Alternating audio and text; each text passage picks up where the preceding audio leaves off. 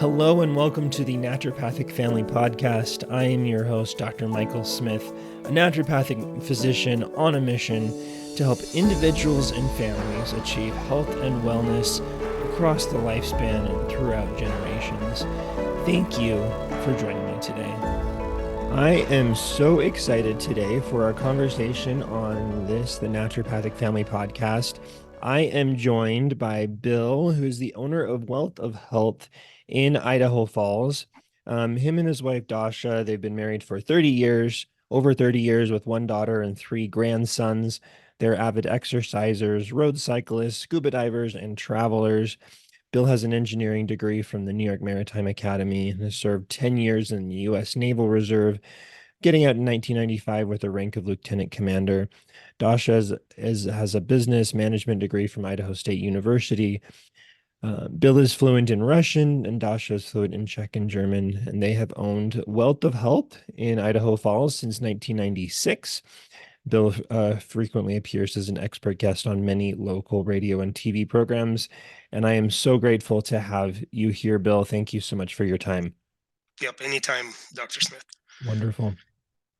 So I would love to hear, before we started recording, you mentioned that Wealth of Health, this amazing health food store, has been in Idaho Falls since 1973. Is that what you said? 71. 71. I'd love to hear the story of the business and then how you became involved with it. So it was Dasha's mom, and it was basically to treat a condition that medical doctors could not treat.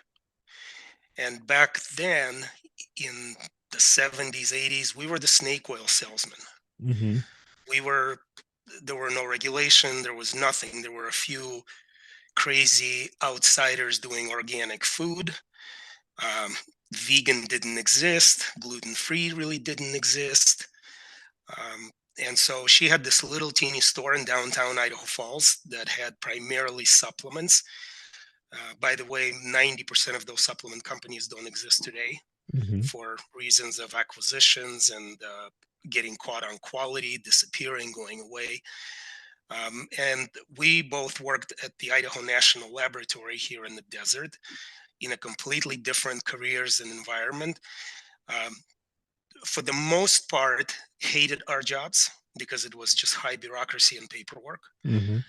And when Dasha's mom decided to retire, it was a very easy decision, risky decision, but a very easy decision to try to make it a go and expand it and build it up. That's wonderful. And then when did you build the current, when was the current location on First and Woodruff? When was that built? That's about 15 years ago. The building's actually been there long before that was franchise for video stores. Mm-hmm.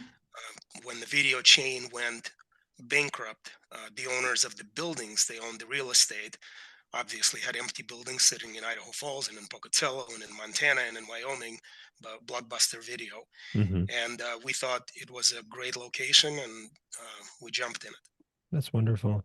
And if you haven't been to Idaho Falls, if you're listening in, it's at a wonderful, very busy intersection and you can't miss it.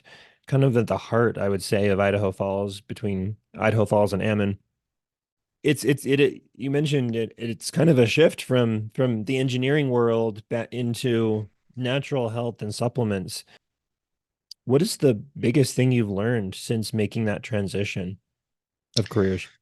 Right. So um, Dasha worked in the store since she was a little kid. Mm-hmm. And then the business degree, we figured, isn't going to hurt. Mm-hmm. And my engineering degree gave me that skeptical outlook on everything. Mm-hmm. Don't trust anecdotal, don't trust social media. Lately, obviously, Yeah. don't trust people telling you miracle stories that ABC vitamin or supplement is going to cure disease XYZ. And so I take everything, scrutinizing it. We only deal with the companies that uh, have really over the years never been caught on lying, cheating, mislabeling. The moment we find out somebody does, we throw them out. We've done it before to some of the very big national brands because that's just not what we want to do. We want to make sure that people get results, not that we sell something. Totally. I was looking at statistics about the US supplement market, the industry, and the stats that I found from last year said that the US supplement market is about the dietary supplement market is around $40 billion, and then the global market's about 120. And so it seems like, and I think there's so many people that are wanting these natural solutions when pharmaceuticals have failed them, things like that. And I think you've seen the growth of that from 30 years ago even till now. Right. Every year, this market has been growing uh, for a variety of reasons. Obviously, dissatisfaction with medical doctors who very often don't care. They're pushing a drug. Uh, Dissatisfaction with the negative side effects of prescription drugs. Hmm. And in many cases, inability of the drugs or whatever procedures to fix the problem. Typically, as you know, prescription drugs can either stifle the symptoms or boost them up. It's Hmm. like a horse that's laying on the ground. You either kick it to make it get up or you give it something to mellow it out. Yeah. But to get down to the core of the problem, you have to ask a lot of questions. You have to really probe the person if they don't mind telling you. And in today's economy and the economics sort of uh, environment, how the doctors operate, I think people know that it's a conveyor belt business. Hmm. It's very rare for the doctor to spend half hour or an hour of time with their patient because their money has been cut so much by insurances that they actually have to see hundreds of patients a day, probably in some cases, to make a living. So it's just the dynamics have changed. Completely. And very much so since your mother-in-law started her store, a very small store, it's just been growing. And Right. yeah, you've seen the face of it. We actually went to 3 locations because we had a lot of reps in the companies who said this town can use a location and this town can use a location. And so we thought, well, let's become a McDonald's of the vitamins and put them all over the place. And what we found out is that people came to see us, Dasha and myself, because of our knowledge and experience. And you can have good managers and good employees, but some people just develop the trust and it's not the same. So we had a place in Pocatello, we had a place on the west side of Idaho Falls.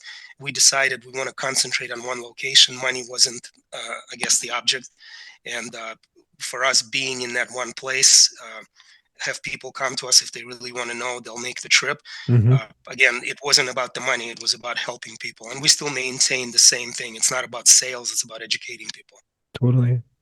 Yeah, as a naturopathic physician, I feel very much the same of like building those relationships, spending time. I think my initial intake visits are between an hour and a half, just Right, to be able to spend that time. And I love that your business is centered around those relationships right. and really truly helping people. And I when I walk into your store, I do feel that myself. Yeah. How many general doctors do you know who'll spend an hour with their patient ever? I don't. None. Yeah. Then the statistics are between what 7 and 16 minutes per visit kind of thing on Yep. average. I don't can't remember, Right. but it's It's um unfortunate. it is. And I think there's so many factors, and I think in many ways it's not the doctor's fault. They're just in the system that where there's insurance and the money and everything Right. else. It's just we're in this, yeah, kind of a broken system. Yeah, they're getting squeezed. We understand. We have many friends who are medical doctors. We have very many good friends. They'll listen to us when we tell them something that, hey, you need to look at this article, you need to read this journal article on whatever it is, and they like, wow, but will they ever recommend that natural supplement? No, because they get kickbacks from pharmaceutical companies, from the reps. The reps come into town, they take their office for lunch. It's a very interesting dynamics, and so we just have to deal with it and work with it. And the funny thing is, in our industry, in the last probably 10 years, many natural supplements have been shown to either enhance or work very well together with allopathic medicine, Hmm. either from protecting the body from the harmful effects or increasing the efficacy of the allopathic drug in cancer cases. And so we don't look at it necessarily as one or the other. Exactly. Yeah. Yeah. I think there is a synergy and collaboration that we can have with the speaking from my perspective, our perspective in the natural health realm with the allopathic providers who I think they're amazing. They have so much training, so much knowledge, and they're it's needed, and we need it. But we also can work together in providing that very holistic solution. Um, I was just doing some research actually just yesterday about saffron and how looking at some studies on how saffron increasing the effectiveness of like Ritalin for ADHD, the Right. methylphenidate. So like really not replacing it. There are those head-to-head studies where they people find that these supplements or these herbs work just as well as the other drugs, but in this case of saffron and Ritalin, they help augmenting the effect of it. So, Right. And many times you can reduce the dose of the drug, which will then maybe eliminate some of the zombie side effects. mhm. um, Adderall. I mean, you're not going to believe how many customers we get every week who are on Adderall, and they walk in, they're literally zombies. The speech is not there. The look in the eye is blank. The doctor, they come in, maybe they're depressed. They've gone through massive amount of stress. Husband with a heart attack, a death of a relative in the family. They go in, a doctor puts them on Adderall. I mean, it's just not, they're not going to talk to you about lifestyle, going into the gym, going to get some sunshine. That it's just a completely different approach. But you're right. If you break a leg, don't come into the health food store. Mhm. Go to the hospital, go to Oh, the doctor. completely, completely. Yeah. Yeah. If you're having a heart attack, you should not be walking into Wealth of Health or even me as a naturopathic doctor. I don't want to see you. I want go to the hospital and then come back to me afterward. I think if you're having a heart attack, you may not be able to walk into the It, wealth of health. it's truly, yeah, Yeah. definitely, definitely. You mentioned a lot about you've hinted on quality. I'm sure you would agree that not all supplements are created equal. What defines supplement quality for you? What's your benchmark of this is going to be on my shelf and this is not going to be on my shelf as a store owner? Right. So it's a very complicated question because geographics and demographics have a lot to do with it. Mhm. What you may see in the stores in Portland and Seattle is simply not in demand in Idaho Falls. Mhm. So even if it's a very good company and we bring it in, people don't know about it. It's just not going to sell. So from the business standpoint, we just wouldn't do that. We initially, Utah was a mecca of the supplement industry because old Senator Orrin Hatch was very protective of this industry. Mhm. And he was the guy behind the Deshay Act in 1984, which put the basic responsibility on the FDA to prove something that it's not safe, effective, or harmful, rather than a supplement company trying to prove that it is otherwise. Mhm. And so in 1984, things changed uh, quite a bit. And so we started looking at longevity of the brand. You've got these legacy companies that have been around for 50, 60, 70 years. Uh, uh, Cal brand, 1934. Wow. Nutraceutical just celebrated 50 years last year. Nature's Way, 50 years. Uh, so that's kind of those legacy brands. Uh, it's easier for us to expand the line on one of those legacy brands because of the trust that we've Mhm. developed, Yeah. instead of bringing in a brand new product that is yelling and screaming that, hey, we have the best whatever, we could fix whatever problem. Because oftentimes when we challenge them asking for third party certificates of analysis or any type of independent backup of what they're claiming in their marketing documents, they walk away and we never see them again. Mhm. So, with that being said, with the advent of the internet, and you have the French model on the internet, that you may have seen that commercial where the guy says he's a French model, And the gal on the other side says, wow, that's amazing. I'd love to go on a date with you. And he turns out to be a 300-pound, bearded, ugly looking specimen, but he's a French model on the internet, which means anything goes on the internet. Mm-hmm. Yeah. And in the last few years, Amazon decided to become everything to everybody. So they're knocking off and actually duplicating national brand products. They have resources to do that. The supplement industry is in infantile dollar amount comparing to the pharmaceutical industry, comparing to Amazon. That's right. So when you were reading the statistics in the beginning that it's 40 billion in the US, the drug market is probably 400 billion or trillion. I don't know the numbers. Yeah. So people shopping on Amazon, they see saffron.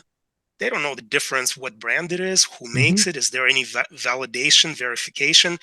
Can you go to Amazon and say, hey, does this product match on the inside what's on the outside of the label? Milligram, have they tested it that it's actually saffron and not some adulterated, God knows what, sawdust? A few years ago, there was a big case out of New York State where the Attorney General of New York went into GNC, Target, and Walmart and pulled random products off the shelf. And out of the 100 products, 80 contained no active ingredients. So St. John's Wort, milk thistle. And so it was one company making private label for Walmart, Target, and Walgreens. We know very well this company from being in the business for so many years. We see them at trade shows. We talk to their customers. We know what they're making for whom. And the judge slapped them. They had to pull the products off the shelves. But what's a little fine to a multi-billion-dollar private label company that makes products for Walmart, Target, and whoever. But what was interesting is the judge then appointed or suggested that they take lessons from the Nature's Way brand on identifying and analyzing herbs and using the technology that Nature's Way had to ensure that St. John's Wort was actually St. John's Wort, that milk thistle was actually milk thistle, using the spectroanalysis to match all of the data that's out there. Thank you in part to the German Commission E and to a lot of other countries' technical data, because the products are treated differently in those countries than in the United States. And so Nature's Way has been known as the king of herbal medicine. Very simple. I mean, there's no better quality herb in combination or single than the Nature's Way brand. That may be $1 more expensive than an Amazon product, but somebody on Amazon may not care, may not look at that. They don't know. And so that's what our duty, our fiduciary responsibility to our customers is.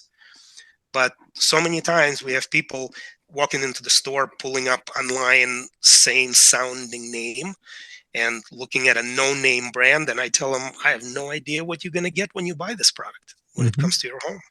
Yeah. So that's been the dynamics the last 10 years since Amazon became really big, and since a lot of the online retailers popped in. They're really not hurting us per se business-wise, because our business has been up, not down. But we just feel terrible for the people who would try the proper herb for the proper condition, not see results, and then go confirm that with their physician, who would say, I told you this is all snake oil nonsense. You should have listened to me. And that's unfortunate. You've said that so well. I think I've been recently thinking about Amazon and other online retailers, but Amazon's for the sake of the example. And not only is there supplement quality issues of you don't know what you're going to get, but then you also don't know about the storage conditions of their warehouses, or how long it's been there, or transportation, or humidity, or like all these other factors that are playing into that warehouse. Because like Amazon warehouse, you can get your whatever vitamin supplement shipped, but also with your whatever doohickey that you need for whatever, and it's in the same space. It's not like it's a different storage condition. Refrigerated for probiotics or for oils that go rancid. Exactly. And that's what I tell my patients, like, there are so many different places that you can go to get supplements, the in-person health food stores are always a great option. There's online dispensaries like Fullscript or Emerson or things like that, Yep. but just don't go to Amazon. Right. That's Yeah, what I unless you're buying toilet paper. exactly. Or And even paper. yeah, but even this funny, one of our employees during COVID ordered toilet paper on Amazon because it wasn't available in local stores. The shelves were empty. And what came was this baby little roll from China, which we thought was a joke. We were laughing so hard, and she goes, "Yeah, I learned my lesson." So, Yeah. interesting story. I mean, we have so many of these stories over the years. We just got back from a seminar in Phoenix, and it was a heavier cancer latest developments and what these doctors are doing at the City of Hope in Los Angeles. Mhm. And now their protocol has been accepted in cancer treatment centers of America Wow. throughout the United States. Um, the premier number one supplement of all supplements in the United States is the Indian pharmaceutical curcumin extract Mhm. called BCM 95. It's a proprietary patented Indian pharmaceutical company. So a consumer ordered it on Amazon. No, eBay. My fault. eBay orders it on eBay. The packaging looks identical to the real product. The box, the dating, the barcoding, the expiration date, everything is the same. They open the bottle and they notice a bicolor soft gel. One is pure orange and one slightly off color. So they contact the manufacturer, and the manufacturer immediately says that is an adulterated product because in reality, it's a solid colored, bright orange curcumin. And this we have never ever seen before, where the packaging was identical. The company could not identify the difference in the packaging, but they immediately knew it when they saw the inside of the soft gel. Mhm. And that was the biggest shock of the last few years because again, we haven't seen this. We've seen adulterated products which are elderberry is not elderberry, and curcumin is cumin or whatever. They're using a completely different herb or spice. Mhm. Or you've got, for example, grapeseed extract that has been already been pressed one time, so it contains no OPC chemicals, but legally it is still a grapeseed extract because it comes from the grapeseed seed and skin. So they can call it grapeseed extract after first pressing, after second pressing, because legally that's what it is. But it has no active chemicals, and that's why you're buying that product is for what's in that grape seed and skin that is going to give you the health benefits. Yeah, wow. It's I guess I can't say I'm surprised, but it's definitely it's kind of sad actually to hear these stories about people just wanting to make money and so they take Yeah, advantage of ignorance basically. yeah, right. And there's always been and will be crooks, but the level is just getting out of control. Part of it is the shortage of raw materials in many countries. So to get good ginseng, for example, there's adulteration all over the world on ginseng. Turmeric, again, because of its publicity for anti-inflammatory and pain properties, China is growing turmeric and they have no business of growing turmeric. It's not their cultural soil. They don't have that, what the India has. Hmm. And the stuff is coming in and some of it is getting caught. Some of it people are not seeing results. Some of it people are saying, yeah, it was a waste of my money. And then they blame all turmerics. They blame all elderberries. They blame all St. John's worts. When in 1986, the big study came out on St. John's wort on ABC 2020. That might have been before you were even born. Hmm. Uh, their ABC medical director goes up to Harvard and interviews the doctor who runs Harvard's psychiatry department. And he says, tell me about this herb St. John's wort. And you could see the hesitation in the psychiatrist's demeanor because pharmaceutical companies are paying for his curriculum. And so now he's sitting there talking to ABC 2020 in front of millions of people, telling him that, hey, this German company, Perica, which is the gold standard St. John's wort, sends him stacks and stacks of clinical studies on mild to moderate depression.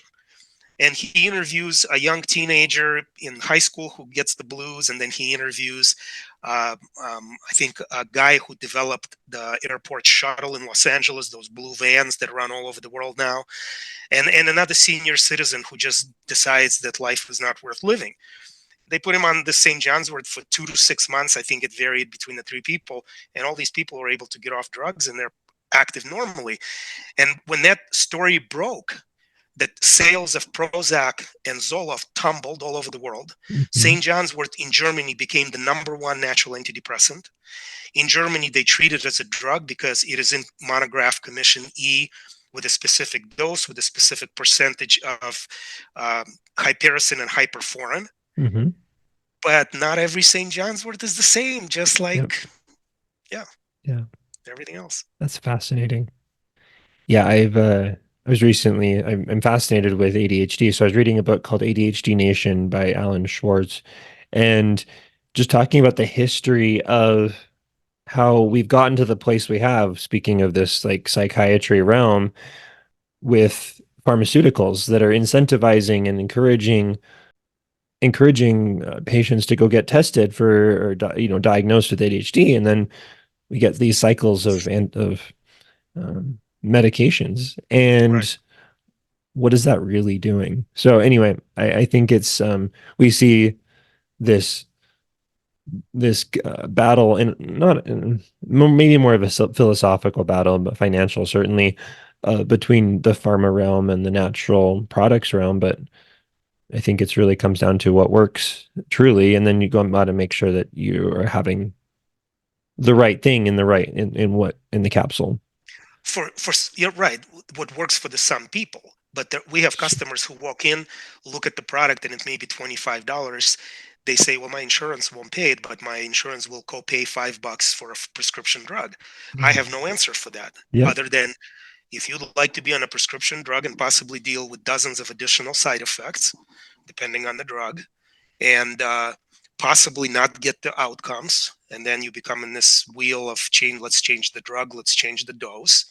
If that's what you want, because your insurance will pay the copay, and you only owe $5 versus 25, that's an individual call.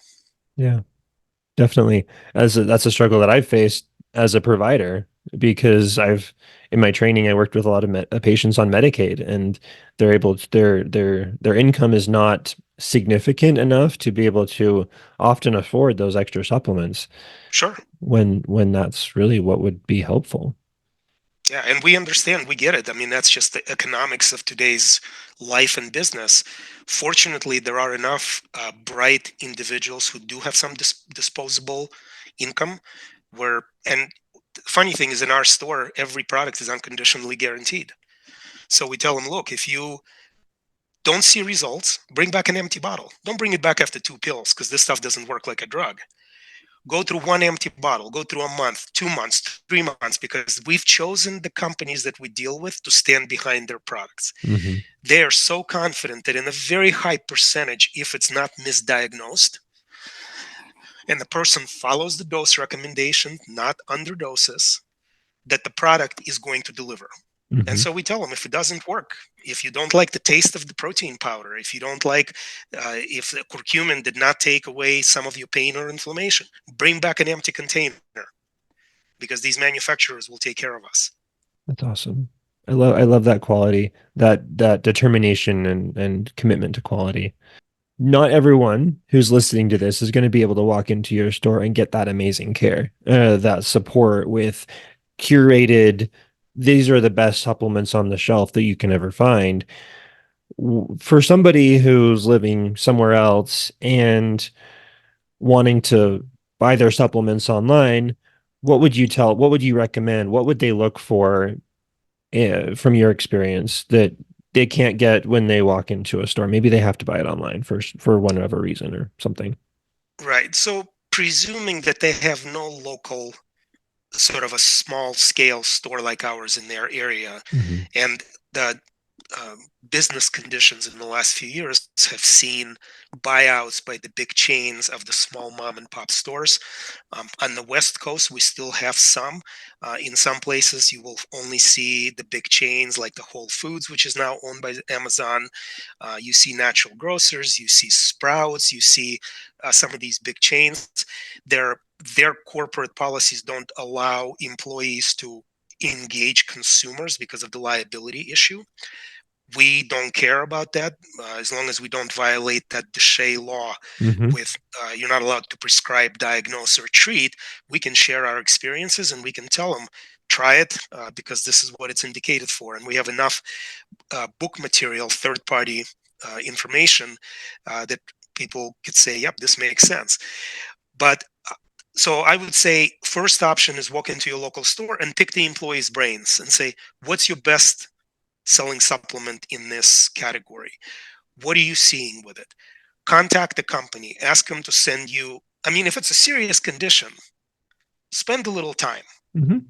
Don't just click buy, and hope and pray that you get a decent quality that comes in. There are some companies that what we call buy spot market, a lot of multi-level companies, for example. So if, for example, they're looking for astragalus or ginseng, they will buy what's available on the market, regardless of what the testing will show. Mm-hmm. And then there are companies that we deal with that will decline and refuse that material until they can pass external and internal testing to verify that that raw material, which comes in from all over the world. I mean, if you go to a warehouse of Nature's Way or Nutraceutical in Utah or Terry Naturally, their bales of herbs come from India, China, Korea, France, Germany, Italy, from everywhere. Mm-hmm. And some stuff shows up with watches in there. Some stuff comes up and shows up with dead mice in those bales, or straw, or whatever. So they have to go through rigorous testing to say this is not acceptable or this is acceptable. And some companies are willing to be out of stock for months until they get the right material, which drives us insane, drives our consumers insane. But some companies will say, we cannot be out of stock. We'll get whatever we can get on the spot market. Mm-hmm. So you go in and you ask questions, do a little research. Even Googling, as inaccurate as it may be sometimes, will probably give you some of the top brands, the top 5 brands or 3 brands. And what I always tell people, avoid sponsored or marketing sites because they get to the top of the listing by paying. And then you Mm-hmm. also get people getting paid for being actors and doing endorsements everywhere, all the time. Ask your friend, say, hey, you've been limping and now you're not limping. What are you taking? What did you take? They may have come across a decent product that may have been online because you can find online, most of our companies do allow on sales online. They're just controlling to make sure that they're not dumping prices Mm-hmm. and that not every furniture store and car dealership can sell curcumin. Mm-hmm. So you could find stuff on Amazon that, depending on what store and what part of the country you are, the Amazon discount by the rules of these companies will never be lower than what you could find in your local health food store, because most of these companies understand the value of employees educating consumers, Mm-hmm. and so they will make sure that they protect you with pricing and discounts. If you see that a few similar curcumins in the same dose with a similar processing, although there's a big difference in processing, but you're talking about $50-$60 bottle, and now you see $9.99 on Amazon, red flags go up. Yeah. There's no question about it. Again, if you're an intelligent person, you'll say, wow, it cannot be that these people are ripping you off 10 times the price or 5 times the price. So do a little research, ask your friends, contact the companies. Most companies are willing to send samples, even 30-day supply, and say, I'm just not convinced. I'm a skeptic. You guys are making some very powerful claims. You've got all these doctors with testimonials. If they're legitimate doctors and the studies are done by third-party hospitals, universities, whatever, those are legitimate studies. If it says Our company took 100 people, and out of 150 saw results. To me, that's a bad study, and Hmm. that's internal marketing. But when you get, again, like the City of Hope Hospital, or you have uh, the Weber State University, for example, medical school of medicine that works with the nutraceutical research department. They're down the street from each other. So their doctors will work analyzing, testing products on patients, and a lot of them are holistically driven. They will, same in Seattle and Portland, you've got Bastyr University working with so many naturopathic doctors. So when you've got decent products, it's very easy to test them and get results. Yeah. Uh, yeah, unless you live in some little village in the middle of Oklahoma or Alabama, I think it may be difficult. Everywhere else, at some point, you could walk into a local non-big chain store and ask a lot of questions and say, "What do you recommend?" Got Yeah. nothing to lose. I love it. I love it. And I would think maybe I would just add to that. There are many naturopathic physicians that have gone to Bastyr, have gone to NUNM like I did. Sonoran has a great program. They're physicians that are trained in this quality, and to be able to read studies, to be able to Right. know what is best. And there's many ways of finding those physicians, and I'll include those in the show notes um, as well. Right.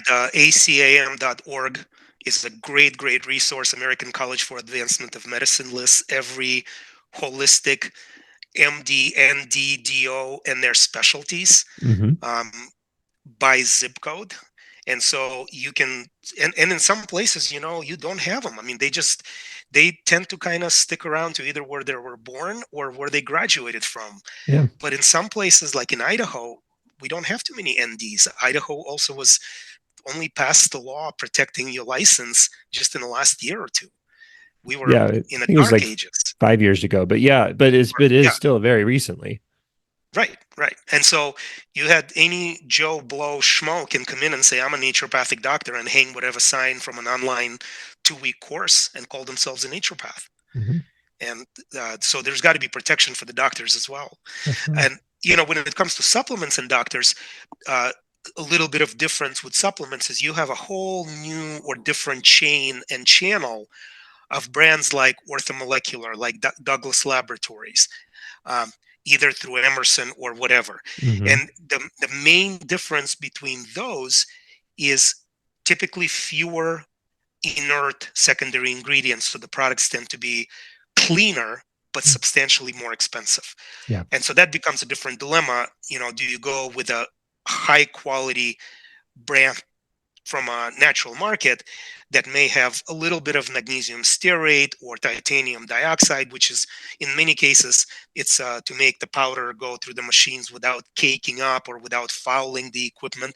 It doesn't affect the body. People for some reason freak out of magnesium stearate. I mean, it's an Hmm. inert ingredient. It does absolutely nothing in the tiny little amount that it's in a supplement. But when you deal with the professional brands, they tend to be cleaner. That's the biggest difference. Quality, of course, is indisputable. We've never had an issue with a national brand professional product that was ever recalled or had a contaminant or failed testing or inspection. It just doesn't happen. Just like we've never had that with Nature's Way and Nutraceutical and Terry Naturally brand and some of the top end brands that we sell. But there are brands that here in our Idaho Falls, you could walk down the street and walk into a big market and buy it. They've had so many recalls and letters of contamination and warnings from the FTC and FDA. Why would I want to carry that? Why Hmm. why subject my customers, who many of them are our friends, Yeah. um, Exactly. to potentially getting into unknown whatever? Definitely. I so appreciate your perspective because you've been around the block, you know the quality, you're really kind of that intermediary between the customers who you mentioned are friends and these companies, and you're helping kind of facilitate those relationships with these companies and their good quality and the customers. And I feel like that comes through. Right. And, we explain to our customers, you're not buying a roll of toilet paper or a tire. You're buying something not for the hell of it because the money is burning a hole in your pocket. You're trying to fix a condition. Mm-hmm. So do you want to save $5 and not fix the condition, or do you want to give it the best opportunity to succeed? I mean, it's not 100% guarantee. Not every vitamin and supplement works on every person. Yeah, It's certainly. possible. We do get Certainly. an occasion. Customer honestly tells us, I've tried 2-3 months. Did the different dosing. I did it. It didn't work. We've tried different products. Because there's similarities in different brands. Um, it doesn't work sometimes. I mean, there's rare occasions that we can't help a person. Mm-hmm. But you're not buying a roll of toilet paper again. So you're putting something in your body. You don't want to get poisoned. You don't want to get killed, but you want it to work. Mm-hmm. Definitely. I would love to, was it last fall you and your wife went to India Yes. to tour the turmeric processing facility manufacturing?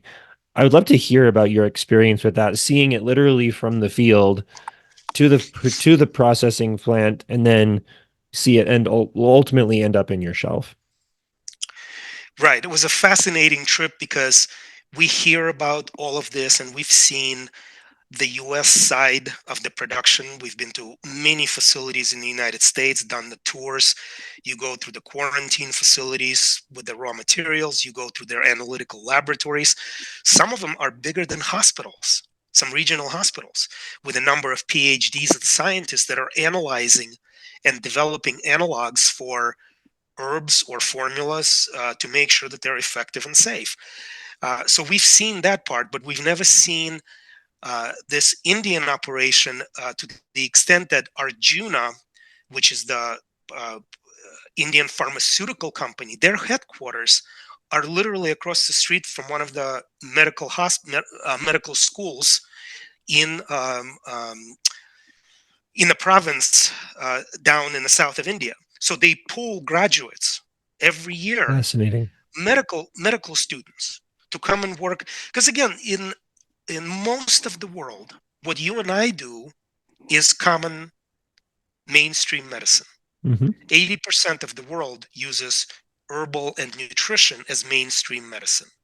It's just the Western world, with the invent of prescription drugs, decided to go the allopathic route. Yeah. So in India, from the day they're born, they're consuming turmeric in every food, every soup, every whatever, building up turmeric. There's no arthritis in India. There's no systemic inflammation problems in India. Uh, Things are getting a little bit worse with the introduction of fast food, Mm-hmm. obviously. Yeah. Cancer rates are climbing in countries that never saw cancer. The statistics are pretty clear. We get this every time we go to the City of Hope presentations on their latest updates on cancer. But Arjuna, as a pharmaceutical company, so from their contracts with the Indian farmers growing turmeric bulbs, turmeric roots underground, and then harvesting it, and then processing it, and then making the distillation process. And for us to tell them when we were visiting that you guys are 10,000 miles away, but you don't understand what impact you're making on the people all over the world, because it is sold that BCM 95 is in 55 countries around the world. Um, and where it's not, it's being protected by the pharmaceutical companies of those countries or the government entities. Mm-hmm. So they have no idea what they're making in their plant. It's a pill. They make oil, they make liquid, they make tablets. When we come and we tell them we're on the other end of your spectrum production because we have customers coming in and your product saved somebody's joint or avoided a surgery or whatever it might be, they're kind of like they're shocked. And so again, the scope of the facilities, their governments are breathing down their necks, just like the good manufacturing practices in the United States, with the right companies, where you have to have certain facility meeting certain requirements from the government before you can start making supplements. Uh, Not every company does that. People don't understand. They think the government is actually watching out and protecting this. There's absolutely no this is a self-policing industry. Mm-hmm. The entire vitamin industry is a self-policing industry. And even politically, this industry is bad because they will circle the wagons around the bad players because of the money, because of the liability potentially, naming somebody bad. And so I have to dig deep and deep and find out what brand just failed testing at some hospital, because you guys don't want to tell us as an industry, but I'll find out. We have enough sources. Mm-hmm.